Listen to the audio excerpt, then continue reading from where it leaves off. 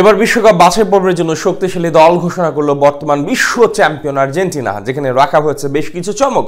আক্রমণ ভাগ থেকে রক্ষণ ভাগ সব জায়গায় আছে নতুন মুখ। তবে আলবিসেলেস্তা ভক্তদের জন্য দুঃসংবাদ, স্কোয়াডে রাখা হয়নি অধিনায়ক লিওনেল মেসিকে।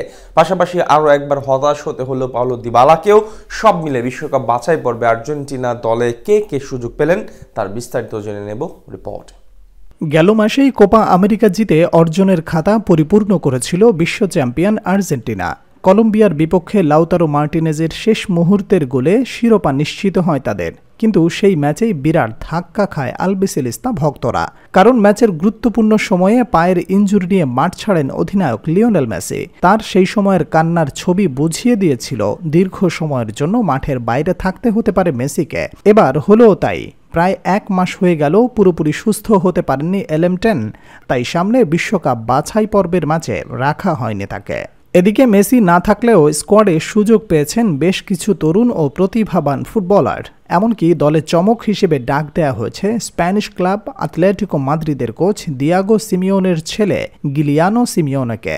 পাশাপাশি আছেন আরও বেশ কিছু তারকা ফুটবলার। তবে কোপা আমেরিকার পর আন্তর্জাতিক ফুটবলকে বিদায় জানানোয় অবধারিতভাবে দলে নেই গোলকিপার ফ্র্যাঙ্কো আলবানি ও উইঙ্গার ডি মারিয়া। স্কোয়াডে গোলকিপার হিসেবে অবশ্য অনমীয়ভাবেই আছেন এমিলিয়ানো মার্টিনেজের নাম। তার বিকল্প হিসেবে রাখা হয়েছে ওল্টার বেনিতেজ ও জিরোনিমো রুল্লিকে। এছাড়া দলের রক্ষণভাগে বরাবরের মতোই আছে গঞ্জালো মনচিয়েল ও ক্রিস্টিয়ানো রোমেরো।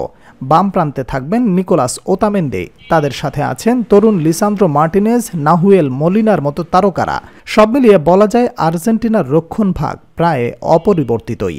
এদিকে দলের ভারসাম্যের কথা চিন্তা করে বরাবরের মতো বেশ বুদ্ধিমত্তার সাথে সাজানো হয়েছে মধ্যমাঠের স্কোয়াড, যেখানে রাখা হয়েছে Leandro Paredes, Alexis Mac Allister ও ডিপলদের মতো অভিজ্ঞদের। তাদের সাথে দায়িত্ব সামলাবেন চেলসির তারকা এনজো ফার্নান্দেজ ও তরুণ গুইদো রদ্রিগেজ। আর প্রথমবারের মতো আর্জেন্টিনা দলে ডাক পেয়েছেন গিলিয়ানো সিমিওনে।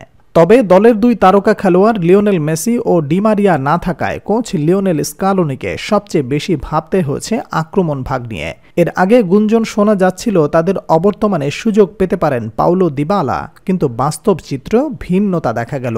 আবারও বাদ পড়েছেন এই তারকা স্ট্রাইকার। তবে স্কোয়াডে রাখা হয়েছে লাউতারো মার্টিনেজ, হুলিয়ান আলভারেজ ও আলেহান্দ্রো গার্নাচোর মতো তরুণদের। তাদের সাথে চমক হিসেবে আছেন মাতিয়াস সোলে ও নিকোলাস গুঞ্জালেসের নাম। তবে স্কোয়াড থেকে বাদ পড়েছেন ডিফেন্ডার মার্কুস অ্যাকুইনা ও লুকাস মার্টিনেজের মতো ফুটবলাররা। সব মিলিয়ে বলা যায় দলের দুই তারকা না থাকলেও বিশ্বকাপ বাছাই পর্বকে সামনে রেখে বেশ ভারসাম্যপূর্ণ দল গড়েছেন স্কালোনি। আগামী 25 সেপ্টেম্বর বুয়েস আয়ার্সে প্রথম ম্যাচ খেলবে চিলির বিপক্ষে। এরপর 10 সেপ্টেম্বর কলম্বিয়ার মাঠে খেলবে দ্বিতীয় ম্যাচ।